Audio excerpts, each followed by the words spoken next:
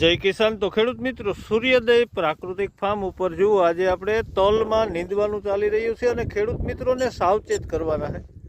આપણી આ ખરી છે, આમ તો ખેતર વચારે છે જુઓ, બાકી તો ક્યાંય નથી. પણ અહીંયા જે આ ગાજર ઘાસ કહેવાય, આમ તો તમામ ખેડૂત મિત્રો આને ઓળખતા છે, પણ તો એવું બતાવી દઉં. જુઓ, આ ગાજર ઘાસથી સાવધાન થઈ જવાનું છે, કારણ કે આવતા સમયમાં ખેતી પાક ન થાય અને ખાલી એક આ જ થાય ને એવી શક્યતા છે.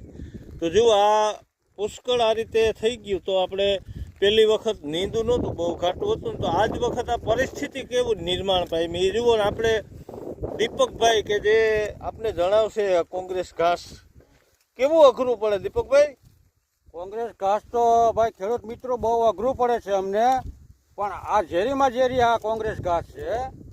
આમાં એના માણસોને ખંજવાળ આવે છે, કોઈ મોઢામાં સોજા આવી જાય, ચાંદા પડી જાય આમાં શરીરમાં, એટલે એવું લાગે કે લોહી બગાડ થઈ ગયું. પણ આનાથી ચેતતા રહેજો તમે ભાઈઓ મિત્રો, ખેડૂતો આ ખરાબમાં ખરાબ જાત છે.